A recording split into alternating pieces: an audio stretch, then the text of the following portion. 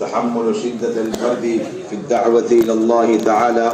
أخرج أحمد والنسائي والطبراني عن أبي ريحانة رضي الله تعالى عنه أنه كان مع النبي صلى الله عليه وسلم في غزوة. قال فأوينا ذات ليلة إلى شرف فأصابنا برد شديد حتى رأيت الرجال يحفر أحدهم الحفرة فيدخل فيها ويلقي عليه حجفته. فلما رأى ذلك رسول الله صلى الله عليه وسلم قال من يحرسنا الليلة فأدعو له بدعاء يصيب فضله. فقام رجل من الأنصار فقال أنا يا رسول الله. قال من أنت؟ قال فلان. قال أذنه. فدنا فأخذ ببعض ثيابه ثم استفتح الدعاء. فلما سمعت قلت أنا رجل. قال من أنت؟ قال أبو ريحانة. قال فدعا لي دون ما دعا لصاحبي ثم قال حرمت النار على عين حرست في سبيل الله. الحديث. كذا في الإصابة. قال الهيثمي رجال أحمد ثقات وأخرجه البيهقي أيضا بنحوه. وفي الباب حديث حذيفة رضي الله تعالى عنه كما سيأتي. تحمل قلة الثياب في الدعوة إلى الله تعالى. أخرج الطبراني عن خباب بن الأرت رضي الله تعالى عنه قال لقد رأيت حمزة رضي الله تعالى عنه وما وجدنا له ثوبا نكفنه فيه غير بردة إذا غطينا بها رجله خرج رأسه وإذا غطينا بها رأسه خرجت رجلا فغطينا رأسه ووضعنا على رجليه الإذخر. كذا في المنتخب. وأخرج الطبراني والبيهقي عن الشفاء بنت عبد الله رضي الله تعالى عنها قالت أتيت رسول الله صلى الله عليه وسلم أسأله فجعل يعتذر إلي وأنا ألومه فحضرت الصلاة فخرجت فدخلت على ابنتي وهي تحت شرحبيل بن حسنة رضي الله تعالى عنه فوجدت شرحبيل في البيت فقلت قد حضرت الصلاة وأنت في البيت وجعلت ألومه. فقال يا خالة لا تلوميني فإنه كان لي ثوب فاستعاره النبي صلى الله عليه وسلم فقلت بأبي وأمي كنت ألومه منذ اليوم وهذه حاله وأنا لا أشعر. فقال شرحبيل رضي الله تعالى عنه ما كان إلا درعا رقعناه. كذا في الترغيب. وأخرجه أيضا ابن عساكر ما في الكنز وابن أبي عاصم ومن طريق أبو نعيم كما في الإصابة. وقال وفي سنده عبد الوهاب بن الضحاك وهو واهن. وأخرجه أيضا ابن مندى كما في الإصابة والحاكم في المستدرك. وأخرج أبو نعيم في الحلية عن ابن عمر رضي الله تعالى عنهما قال بين النبي صلى الله عليه وسلم جالس وعنده أبو بكر الصديق رضي الله تعالى عنه عليه عباءة قد خلها على صدره بخلال إذ نزل عليه جبريل عليه السلام فأقرأه من الله السلام وقال يا رسول الله صلى الله عليه وسلم ما لي أرى أبا بكر عليه عباءة قد خلها على صدره بخلال. قال يا جبريل أنفق ماله علي قبل الفتح. قال فأقرئه من الله السلام وقل له يقول لك ربك أراض أنت عني في فقرك هذا أم ساخط. فالتفت النبي صلى الله عليه وسلم إلى أبي بكر فقال يا أبا بكر إن جبريل يقرئك السلام من الله ويقول أراض أنت عني في فقرك هذا أم ساخط. فبكى أبو بكر رضي الله تعالى عنه وقال أعلى ربي أغضب أنا عن ربي راض. وأخرجه أيضا أبو نعيم في فضائل الصحابة عن أبي هريرة رضي الله تعالى عنه بمعنى. قال ابن كثير فيه غرابة شديدة. وشيخ الطبراني عبد الرحمن بن معاوية العتبي وشيخه محمد بن نصر الفارسي لا أعرفهما ولم أرى أحدا ذكرهما. كذا في منتخب كنز العمال.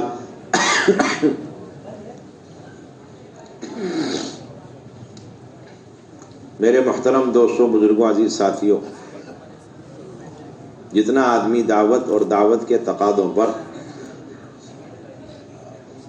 شدت حال میں کھڑا ہوتا ہے اتنی اس کی دعا کی قبولیت بڑھتی چلی جاتی ہے۔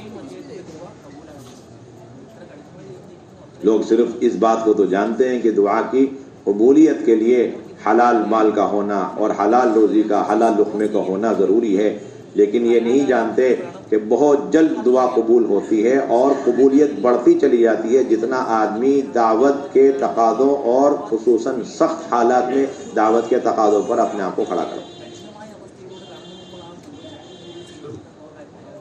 جتنا سخت حالات میں دعوت کے تقاضوں پر آدمی کھڑا ہوتا چلا جاتا ہے اتنا اس کی دعا کی قبولیت یقینی سے یقینی بنتی چلی جاتی ہے۔ اور جو آدمی جتنی سہولت کے ساتھ عافیت کے ساتھ دعوت کے تقاضوں پر کھڑا ہوتا ہے اتنی اس کی دعا اور اس کی تاثیر کم ہوتی چلی جاتی ہے اور اس کا مقام مرتبہ گھٹتا چلا جاتا ہے۔ تو دعا کی مقدار اور اس کی قبولیت اتنی بڑھتی ہے جتنے سخت حالات میں آدمی کھڑا ہوتا ہے، اور اس کی مقدار اور اس کی تاثیر اور قبولیت میں کمی آتی چلی جاتی ہے جتنا آدمی سہولت کے ساتھ دعوت کے کام میں کھڑا ہوتا ہے۔ اس لیے کہ دعوت یہ اللہ کے تقرب کا سب سے بنیادی سبب ہے۔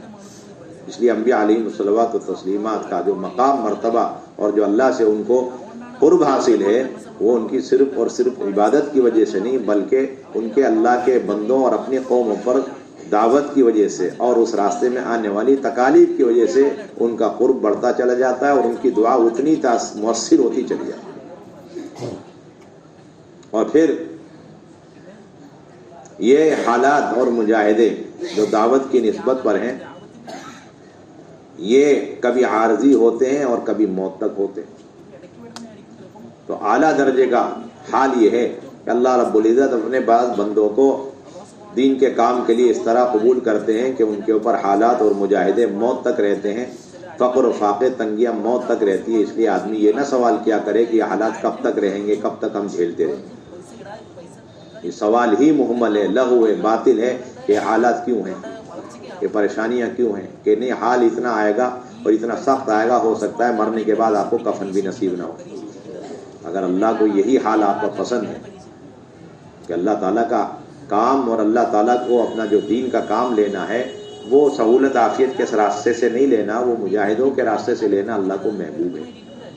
اس لیے حضرات صحابہ میں بعض ایسے تھے کہ ان لوگوں کو مرنے کے بعد بھی کفن نصیب نہیں ہوا، کسی حالت میں دنیا سے وہ چلے گئے۔ تو دعوت اس لیے کہ دعوت کی ذمہ داری موت تک ہے تو مجاہدہ بھی موت تک، دعوت کی ذمہ داری موت تک ہے تو مجاہدہ بھی موت تک۔ پھر یہ مجاہدہ جو مجاہدہ ہے وہ بھی الگ الگ قسم کے۔ ایک مجاہدہ اس میں یہ ہے کہ آدمی تنگی میں ہو، کھانے پینے کے اعتبار سے، لباس کے اعتبار سے اور سخت سردی گرمی کے اعتبار سے۔ تو یہ جو دعوت کے سلسلے میں، دعوت کے راستے میں جو فقر والا مجاہدہ ہے یہ فقر اعلیٰ ترین فقر ہے۔ فقر دو طرح کے ہوتے ہیں، ایک تو یہ کہ اللہ تعالیٰ نے کچھ دیا نہیں بیچارہ پریشان، ایک یہ کہ سب کچھ دیا ہوا تھا لیکن اس نے سب کچھ دین کے لیے نچھاور کر دیا، اس کی وجہ سے اس کے پاس پہننے کے لیے کپڑے نہیں اور اس کی وجہ سے اس کے کپڑے میں بٹن بھی نہیں لگا سکتا۔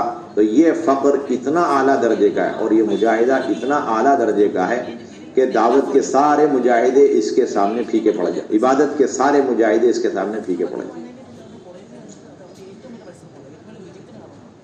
دعوت کے مجاہدے اور عبادت کے مجاہدے میں یہ فرق ہے کہ عبادت اور عبادت کے مجاہدے برداشت کرنے کے بعد آدمی یہ دیکھتا ہے کہ اللہ مجھ سے راضی ہے یا نہیں، اور دعوت کے راستے کے مجاہدے جب بندہ برداشت کر دیتا ہے تو پھر اللہ رب العزت پوچھتے ہیں کہ میرا بندہ اس فقر پہ راضی ہے یا نہیں۔ اتنا بڑا فرق ہے۔ عبادات کے مجاہدے جب آدمی برداشت کرتا ہے تو آدمی یہ ڈرتا رہتا ہے کہ پتہ نہیں میرا اللہ مجھ سے راضی ہے یا نہیں، اور دعوت کے مجاہدے پر اللہ راضی ہو جاتے ہیں اس کے مجاہدوں سے۔ اب اللہ یہ پوچھنا چاہتے ہیں، دیکھنا چاہتے ہیں میرا بندہ اس فقر و فاقے پر بھی مجھ سے راضی ہے یا نہیں۔ اتنا بڑا فرق، آپ اس سے اندازہ لگائیں کتنا قرب اسے حاصل ہو رہا، کتنا قرب حاصل ہو رہا۔ اللہ جبرائیل امین کو بھیج رہے ہیں، جاؤ جا کر پوچھو ابو بکر بیٹھے کیا بات ہے، چوغا پہن رکھا ہے انہوں نے لیکن اس پہ بٹن کے بجائے انہوں نے کانٹے لگا رکھے ہیں۔ تو حضور نے تو صاف فرما دیا اس کی ایک ہی وجہ ہے، یہ وجہ نہیں تھی کہ وہ مال والے نہیں تھے، مال ہی نہیں تھا، اللہ نے دیا ہی نہیں تھا، نہیں بہت بڑے تاجر تھے، پائی پائی انہوں نے اللہ کی نے فرما دیا کہ صاف بات کہ انہوں نے تو سب کچھ اور اس حال میں لگایا جبکہ کوئی لگانے والا نہیں تھا، یا تو اماں خدیجہ تھی جنہوں نے سارا لگا دیا یا حضرت صدیق اکبر تھے۔ تو حضور نے فرمایا سارا لگایا اور مجھ پر میرے دین پر لگایا اور مکے کے زمانے میں لگایا، ہجرت سے پہلے۔ اللہ تعالیٰ کی طرف سے سلامی پہنچا رہے ہیں حضور کو بھی اور پھر حضرت ابو بکر کو بھی، اور پھر یہ پوچھ رہے ہیں کہ ان سے پوچھیے، اللہ پوچھ رہے ہیں کہ یہ اس فقر و فاقے کے عالم میں جو انہوں نے دین کی خاطر برداشت کیا ہے، یہ بھی اللہ سے راضی ہیں؟ یعنی اللہ تو راضی ہے، وہ راضی ہے اس لیے اللہ نے جبرائیل کو بھیجا۔ تو عبادت کے مجاہدے کرنے کے بعد آدمی ڈرتا ہے کہ اللہ راضی ہے نہیں ہے، پتہ نہیں، لیکن دعوت اور دعوت کے لیے فقر فاقے اور اختیاری والے فقر و فاقے، یعنی وہ چاہتا تو کچھ بچا کے رکھتا اپنے لیے، مال دولت کچھ اپنے لیے بنا لیتا، لیکن کچھ نہیں بنا تاکہ اللہ کا دین پھیلے، اللہ کے بندوں تک اللہ کا پیغام پہنچے۔ اس نے پائی سب کچھ لگا دی اور آگے کمانے کی بھی فرصت نہیں اس کو، ایسا فقر اختیاری والا، ایسا مجاہدہ۔ تو یہ اعلیٰ ترین فقر، اور اتنا قرب اس فقر سے ہوتا ہے کہ اللہ رب العزت راضی ہوتے ہیں، پھر یہ دیکھنا چاہتے ہیں کہیں میرا بندہ راضی ہے یا مجھ سے ناراض ہے۔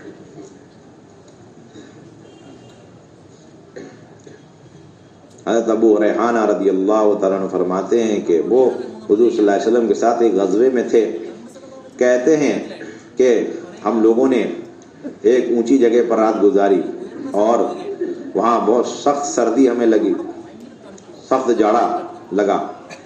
ہم نے لوگوں کو دیکھا، اتنی سخت سردی تھی جس کی وجہ سے لوگ گڈھا کھود کر کے اس میں بیٹھ جاتے اور اپنی ڈھال کو اپنے اوپر ڈال لیتے سردی سے بچاؤ کے لیے۔ حضور صلی اللہ علیہ وسلم نے جب یہ ماحول دیکھا تو اتنے سخت حالت میں یہ نہیں کہا کہ اچھا تھوڑا آرام کر لو، کچھ گرم سرم کا انتظام کر لو۔ آپ فرما رہے ہیں کہ اب بتاؤ تقاضا آیا ہے، کون ہمیں پہرا دے گا یہ سخت حالات میں؟ اور جو اس سخت حالت میں دعوت کا تقاضا پورا کرتے ہوئے یہ جو ہے پہرا دے گا تو میں اس کے لیے ایسی دعا قبول کروں گا جو ضرور قبول ہوگی اس کے آخر۔ یہ دعوت کے مجاہدے دعا کو یقینی بناتے چلے جائے، دعا کی قبولیت کو یقینی بناتے چلے جائے۔ چنانچہ ایک انصاری کھڑے ہوئے اور کہنے لگے یا رسول اللہ صلی اللہ علیہ وسلم میں پھیرا دوں گا۔ آپ نے فرمایا تم کون ہو؟ اس نے کہا فلاں۔ تو آپ نے فرمایا قریب آ جاؤ۔ وہ قریب آئے تو اللہ کے نبی صلی اللہ علیہ وسلم اس کے کپڑے کا ایک پلو پکڑ کر کے اب دعا مانگنا شروع فرماتے ہیں، دعائیں مانگ رہے ہیں، دعائیں مانگ رہے ہیں۔ یہ صحابی کہتے ہیں ابو ریحانہ مجھے رشک آیا، میں نے کہا یا رسول اللہ میں بھی ہوں، میں بھی پہرا دوں گا۔ آپ نے فرمایا تم کون؟ کہتے میں ابو ریحانہ۔ تو آپ صلی اللہ علیہ وسلم نے ان کے لیے دعا دی، لیکن وہ دعا ان کی دعا سے کم تھی، وہ دعا ان کی دعا سے کم تھی۔ پھر آپ نے فرمایا کہ جو آنکھ اللہ کے راستے میں پہرا دیتی ہے وہ اس آنکھ پر اللہ تعالیٰ جہنم کو آگ کو حرام فرما دیتے ہیں۔ حضرت خباب بن الارت رضی اللہ عنہ فرماتے ہیں کہ میں نے حضرت حمزہ رضی اللہ عنہ کو ان کے شہید ہونے کے بعد دیکھا کہ ان کو کفنانے کے لیے ایک چادر کے علاوہ ہمارے پاس کوئی کپڑا نہیں۔ اس سے اتنا، وہ چادر بھی اتنی چھوٹی کہ اس سے اگر ہم پاؤں ڈھکتے تو سر کھل جاتا، سر ڈھکتے تو پاؤں کھل جاتے۔ تو ہم نے ان کے سر کو اس سے ڈھک دیا اور ان کے پیروں پر اذخر گھاس ہم نے ڈال دیا۔ حضرت شفا بنت عبداللہ رضی اللہ تعالی عنہا کہتی ہیں کہ میں حضور صلی اللہ علیہ وسلم کی خدمت میں کچھ مانگنے کی غرض سے حاضر ہوئی تو آپ صلی اللہ علیہ وسلم مجھے دینے سے منع کرتے رہے اور معذرت کرتے رہے۔ مجھے بڑا برا لگا، مجھے کچھ ناراضگی ہوئی۔ اتنے میں نماز کا وقت ہوا، میں وہاں سے اٹھی اور اپنی بیٹی کے پاس چلی گئی جو شرحبیل بن حسنہ رضی اللہ تعالی عنہ کے نکاح میں تھی۔ وہ میں نے دیکھا شرحبیل ابھی تک گھر پر ہی ہیں۔ میں نے کہا کہ نماز کا وقت ہو گیا، تم گھر بیٹھے ہوئے ہو، اور میں انہیں ملامت کرنے لگی۔ یہ عورتوں کا ایسا جذبہ، ایسا داعیہ کہ نماز کا وقت ہونے کے بعد مردوں کا گھر میں بیٹھا رہنا ان کے لیے ناگوار، اور یہاں پر آدمی اٹھ کے جانے لگے تو عورتوں کو ناگواری۔ تو حضرت شرحبیل نے کہا اے خالہ جان مجھے برا بلا مت کہو، اس لیے کہ میرے پاس ایک ہی کپڑا تھا، اسے بھی اللہ کے نبی نے مانگ کر مجھ سے لے لیا عاریت کے طور پر۔ تو کہنے لگی میرے ماں باپ آپ پر قربان ہو جائے، میں ابھی اللہ کے نبی کو جو ہے ناراض ہو رہی تھی، ان سے آج صبح سے ناراض ہو رہی تھی، جبکہ اللہ کے نبی کی یہ حالت تھی کہ آپ کے پاس کپڑا پہننے کا نہیں اور تم سے مانگ کر لے کر گئے اور مجھے پتہ بھی نہیں۔ اور شرحبیل نے کہا کہ وہ کپڑا بھی ایسا تھا کہ ہم نے اس میں پیوند لگا رکھے تھے، وہ کپڑا بھی صحیح سالم نہیں تھا جو ہمارے پاس تھا، تو میرے پاس بھی کپڑا نہیں تھا، تو میں اس وجہ سے نماز پڑھنے تک میں جماعت پڑھنے کے لیے جا نہیں سکتا، اتنے بھی میرے پاس کپڑے نہیں، اس لیے میں گھر بیٹھا ہوں۔ کہتے ہیں حضرت ابن عمر رضی اللہ تعالی عنہ کہ حضور صلی اللہ علیہ وسلم تشریف فرما تھے اور ان کے پاس حضرت ابو بکر رضی اللہ تعالیٰ عنہ بیٹھے ہوئے تھے، اور انہوں نے ایک چوغا پہنا ہوا تھا اور بٹن کے جگہ وہاں کانٹے لگا رکھے تھے، بس اسی مجلس میں جبریل امین تشریف لے آئے اور اللہ کے نبی صلی اللہ علیہ وسلم کو اللہ کا سلام پہنچایا اور کہنے لگے یا رسول اللہ صلی اللہ علیہ وسلم کیا بات ہے، میں ابو بکر کو دیکھ رہا ہوں کہ ان کے اوپر ایک چوغا ہے اور انہوں نے بٹن کی جگہ پر کانٹے لگا رکھے ہیں۔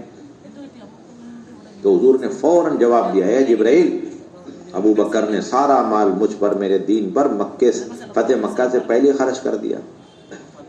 یہ سن کر حضرت جبرائیل علیہ السلام نے فرمایا کہ آپ ان کو بھی اللہ کی طرف سے سلام پہنچائیے اور ان سے کہیے کہ ان سے ان کا رب پوچھ رہا ہے کہ یہ اس اپنے فقر میں مجھ سے راضی ہیں یا مجھ سے ناراض ہیں۔